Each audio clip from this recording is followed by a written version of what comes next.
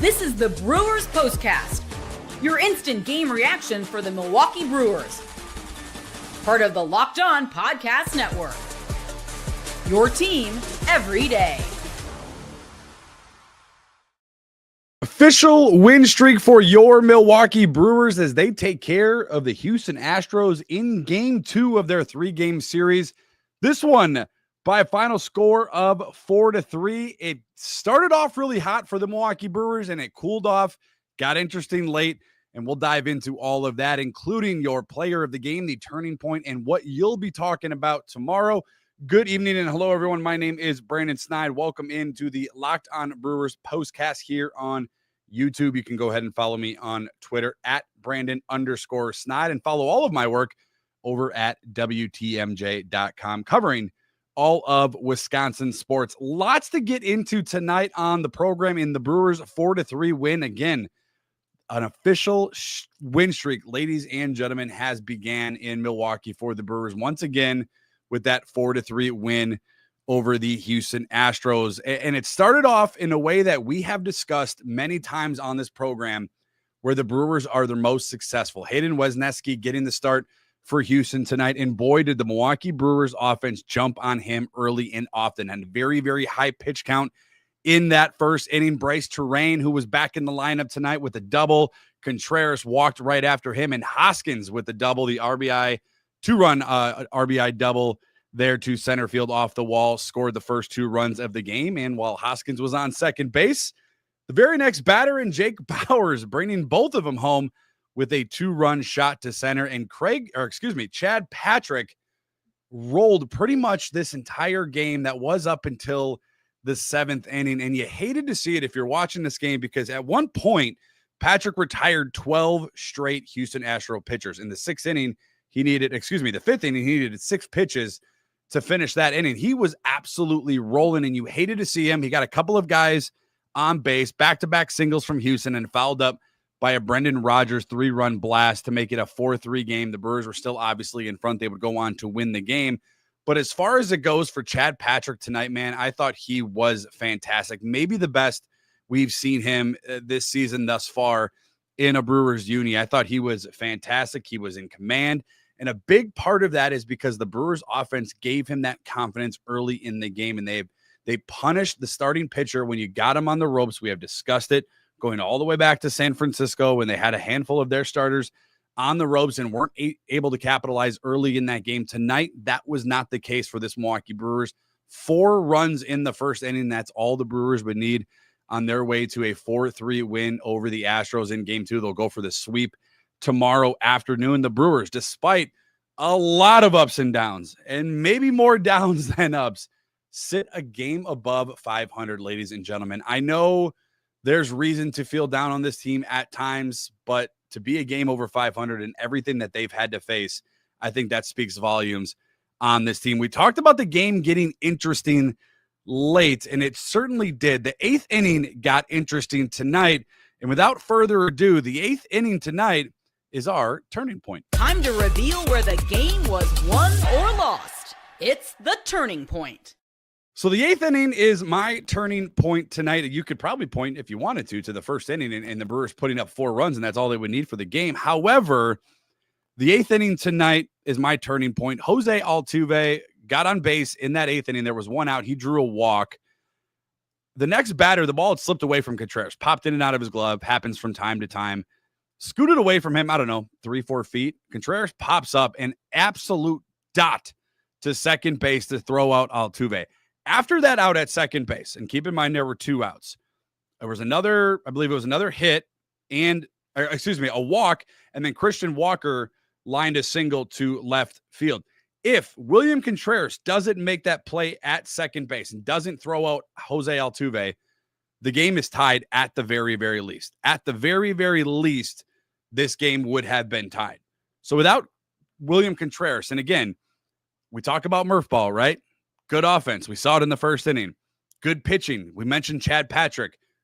Abner Uribe came in and had a great outing. Nick Mears, once again, inheriting runners and shutting down opposing offenses. Good bullpen and great defense. And it caps off with that play in the 8th inning. Bryce Terrain didn't even have to move his feet, ladies and gentlemen. That's how good this throw was. And keep in mind, the ball was scooting away from William to the right side of the plate, meaning the throw was even farther than it normally would have been.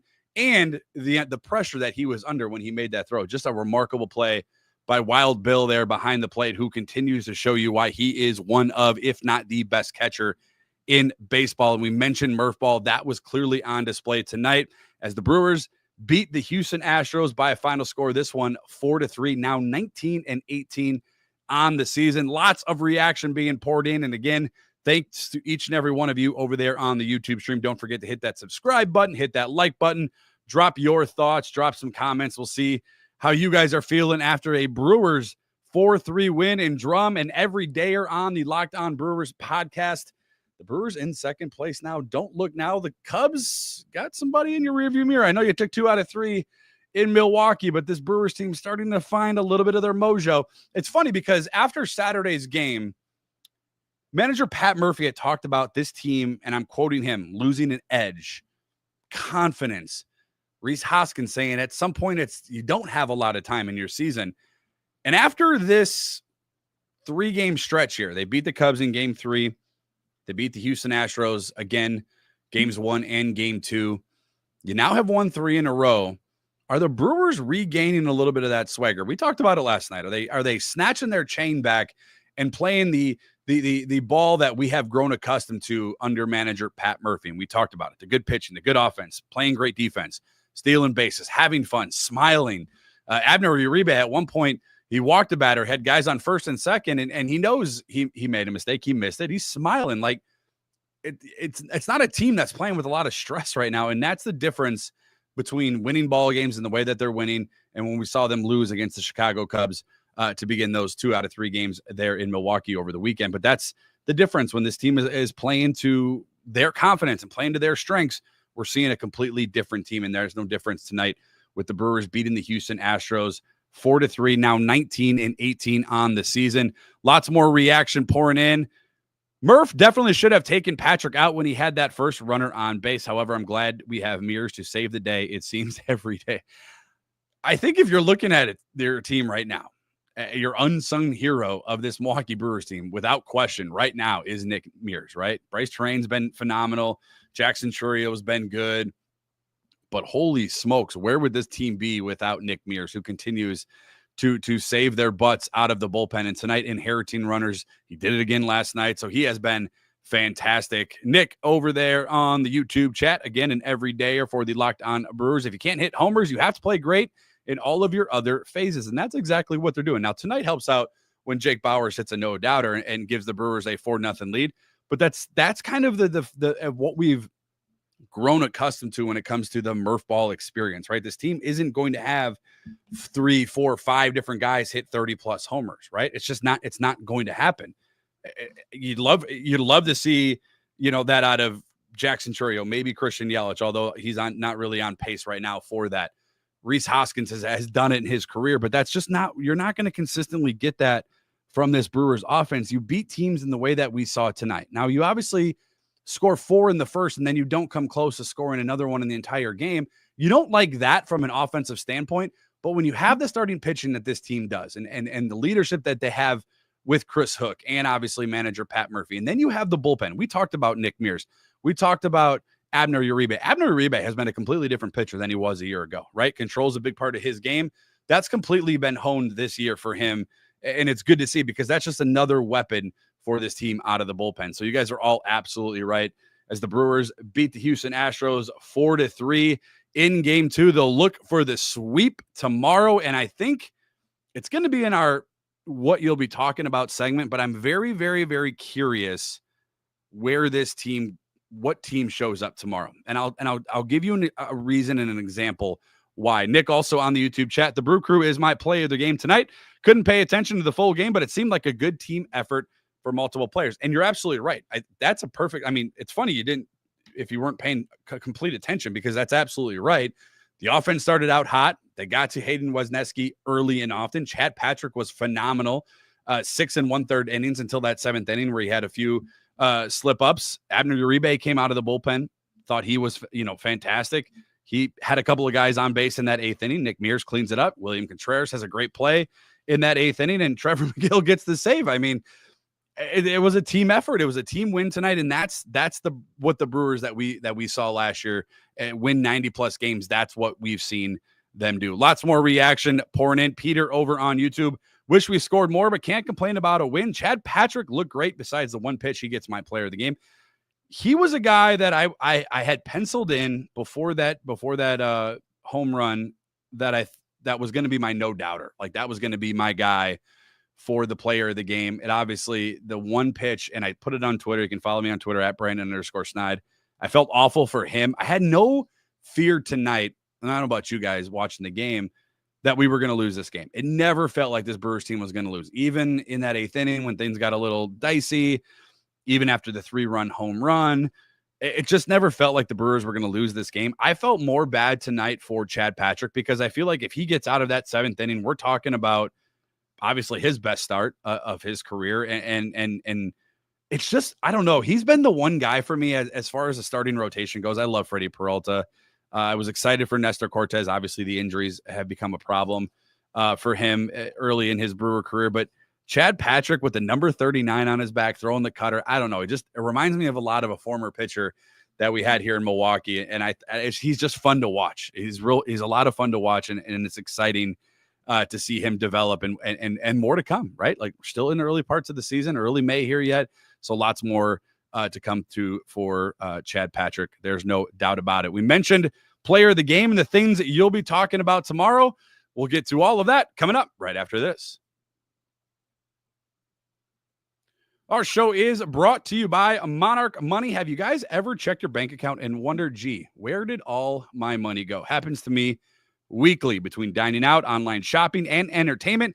It's easy to lose track. That's where Monarch Money comes in, your personal CFO, giving you full visibility and control over your finances. It's not just a budgeting app. I know there's tons of those out there. This is different. This is a complete financial command center. You can track all of your accounts, investments, and spending in one place. So you stop managing your money and you start building the wealth that you deserve. When I started using Monarch, I realized just how much I was spending on food delivery, Amazon, Target. Now I can budget smarter and I can save more. Managing money with your partner is smoother than ever. You can track shared and personal accounts, set goals, and stay on the same page. The best part, without any stress. Take control of your finances with Monarch Money. Use code LOCKEDONMLB at monarchmoney.com for 50% off of your first year. Again, that's monarchmoney.com, code LOCKEDONMLB for half off your first year. Program tonight also sponsored by Game Time. There's nothing better than catching an MLB game live, and tomorrow you can catch Game 3 of the Milwaukee Brewers against the Houston Astros as they try to go for the sweep, the crack of the bat, the roar of the crowd, and the smell of that ballpark food over at American Family Field. And check this out. If you're looking to go last minute, Game Time makes tickets even easier than ever. Call off work, tell your boss you're sick, make up an excuse. Use Game Time, get to the Brewer game, last minute deals, all in one pricing, and a lowest price guaranteed.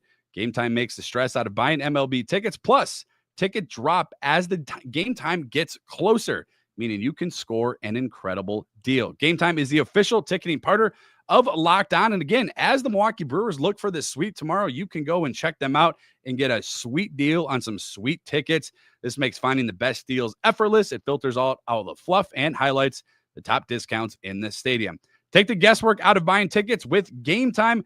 Download the Game Time app, create an account, and use code LOCKEDONMLB for $20 off your first purchase. That is $20, guys, off your first purchase. Use the code LOCKEDONMLB. Terms apply. Again, create an account and redeem code LOCKEDONMLB for $20 off. Download Game Time today. Last minute tickets, lowest prices guaranteed. The Milwaukee Brewers beating the Houston Astros. They are officially on a win streak now, 3 in a row. Tonight's final, 4-3. As Chad Patrick was dealing, the offense was playing early. Defense in full force. William Contreras with some great plays. It was a fantastic Brewers win tonight. I did tease who was going to be the player of the game. A lot of you had dropped comments on who you thought was the player of the game. We'll get into those comments, but you'll get into mine right here. This is the Locked On Player of the Game. A lot of you dropping in some comments on Chad Patrick, Nick Mears, all of that totally understanding. Again, Nick Mears has been a lifesaver for this Milwaukee Brewers bullpen. Chad Patrick getting the win tonight, 6 2/3 innings pitched, 4 hits, 3 earned runs. He had 6 Ks. He was dealing. We mentioned it, 12 straight batters at one time that he recorded outs for against Houston. Tonight, he was just fantastic. One of his best outings. One little slip up again in that 7th inning, but tonight, my player of the game is Jake Bauers, the 2-run bomb in that 1st inning. I thought that set the tone in this one. I thought it gave Patrick obviously it gave Patrick a comfortable lead, the 4-run cushion there, and allowed Chad Patrick to ease into the game and kind of control the game from his point of view, allow him to throw strikes. I would prefer to see the offense score more than just 4 in the 1st inning. I thought they had opportunities, especially with the pitch count high on Wesneski. But Jake Bauers, man, it seems like whenever you put him in, and he isn't forced to play every day, but you got to spot start him here or there, playing the outfield, playing first base. He's just a ball player, man. He's a guy that comes in and he's a professional and he gets the job done. And tonight, with 2 home run in that 1st inning, setting the tone for the Milwaukee Brewers offense, setting the tone really for the entire game, and making the Houston Astros come from behind on the road in a game where really in a series where they just haven't looked like they wanted any part of this. It was fantastic. And again, we've talked about it before. When this team strikes early, it allows the Murph ball, as we talked about, good pitching, good hitting, great defense, to display their strengths. I saw it tonight. Bunt single, stolen bases, Chad Patrick dealing, the bullpen coming in, shutting guys down with runners in scoring position in a 1-run ball game. Trevor Megill, getting the save, allowing absolutely nothing to get on base in that 9th inning, and just being a stop for this Brewers defense and offense coming through when they need to. Was a fantastic team effort. Nick had mentioned in the YouTube chat, felt like everybody kind of played a part in it, and that was no different tonight as the Brewers beat the Houston Astros by final score of 4-3. Some more reaction pouring in over on YouTube. Again, don't forget to hit that subscribe button, hit that thumbs up, drop your thoughts below.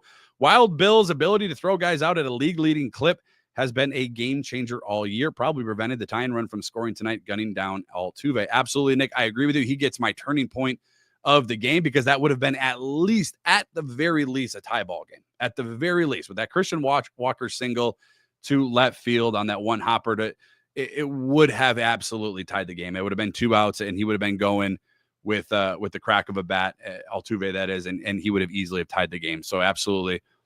Drum also on YouTube, what would be a dream player currently playing you would want on this team right now? Ooh, that's a good question. Ooh, currently playing, I mean, you can't go wrong with Shohei Ohtani, right? Aaron Judge. I'm trying to rattle off the top of my head. I mean, there's a lot of players, that I would like for this Milwaukee Brewers team. Offensively speaking, those are probably the 2 I would start with, just because of the offensive hiccups that this team runs into more than defensively. And again, can look at starting pitching. I think this team overall, though, has dealt with the injuries, better than most teams probably would, especially when at one point in the year, Freddie Peralta is your only starting pitcher healthy on your roster. And I thought tonight was another example of that, putting a guy like Chad Patrick in, who some teams have given up on in his career. And tonight shut down Houston, minus that 1 error that he made there in the 7th, but nonetheless gets the win, 6 2/3 innings pitched. The Brewers get the 4-3 win, now 19-18 on their season. And speaking of that 19-18 mark and the 3-game winning streak, it's the things you'll be talking about tomorrow. This is what you'll be talking about. We mentioned it before last week. The Milwaukee Brewers had 3 wins in a row, right? They had beaten the Cardinals in that game 3. They had beaten the White Sox in games 1 and game 2. And it felt like they were turning a corner until they weren't, until they didn't, right? They get shut out in Chicago in that 3rd game, 8-0. Can they keep this going? How are they going to respond tomorrow? And, a getaway game for the Milwaukee Brewers as they get ready to head out on the road once again. We mentioned it before. They've had an opportunity to take a 3-game winning streak and turn it into 4 games. This Houston Astros team wants nothing to do with this Milwaukee Brewers team right now. They look lifeless out there. I know they had some, moments tonight in tonight's matchup, but overall, they don't want anything to do with, this Brewers team. The Brewers are controlling this series. Can they put a capital capital W on this series tomorrow and sweep this team. Like, put their foot on their throats and end the series, a homestand with some positivity. It started off really rough with those 2 games against Chicago. They salvaged that game 3 against the Cubs. They've now won the first 2 games against the Astros here at American Family Field. Can they finish it? Can they capitalize before they head back on the road and play another series in which they're going to have an opportunity to win that one as well? And this is the thing that good teams do, right? They string together games and wins and play to the strengths of not only their teams, but their schedule as well. And that's exactly what the Brewers have an opportunity to do tomorrow. But can they do it before they hit the road?